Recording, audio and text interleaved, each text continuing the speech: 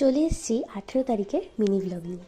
সেদিন ছিল আমার এইসি সাবজেক্টের এক্সাম। তো এইসিতে আমার ছিল ইংলিশ, আর এই সেমিস্টারে এইসিতে ছিল গ্রামার, ভোকাবুলারি, প্রিপোজিশন, আর্টিকেল, এই সমস্ত কিছু। তো এখানে তো পড়ার সেরকমভাবে কিছু নেই, জাস্ট রুলসগুলো পড়ে নেওয়া আর কিছু স্যাম্পল কোয়েশ্চেন, আর সাথে আর কিছু পিডিএফ ছিল আমার কাছে, সেগুলো জাস্ট দেখে নেওয়া আর কি।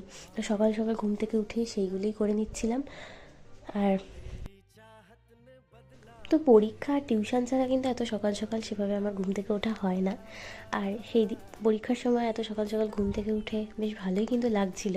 সকালের এই চারপাশের একটা শান্ত একটা পরিবেশ, আর সাথে পাখির ডাক, ভীষণ সুন্দর। কিছু রিভাইজ করে নিয়ে আমি কিন্তু খেয়ে দিয়ে রেডি হয়ে যাচ্ছিলাম পরীক্ষার জন্য। আর যেহেতু ইংলিশ এক্সাম, মোটামুটি টেনশনটা কম ছিল। কারণ প্রথমত বড় এক্সাম তো না, এটা হচ্ছে এমসিকিউ এক্সাম, ওএমআর শিটে ফিল আপ করতে হয়, তো সেইভাবে ওরকম টেনশন নেই। আর দ্বিতীয়ত গ্রামার যেহেতু পড়াই জিনিস, আশা রাখছি ভালোই পারবো, সেই আশা নিয়েই যাচ্ছিলাম। আর পেরেও ছিলাম, পরীক্ষা ভালোই হয়েছিল, খুবই ভালো হয়েছিল। তো দেখো রেডি হয়ে কিন্তু বাসে উঠে গেছি। আর আমার যেখানে এক্সাম সেন্টার পড়েছিল সেখানে বাসে করে একটা স্টপেজে নেমে সেখান থেকে অটো করে ফার্দার কলেজে আর কি পৌঁছে যাওয়া।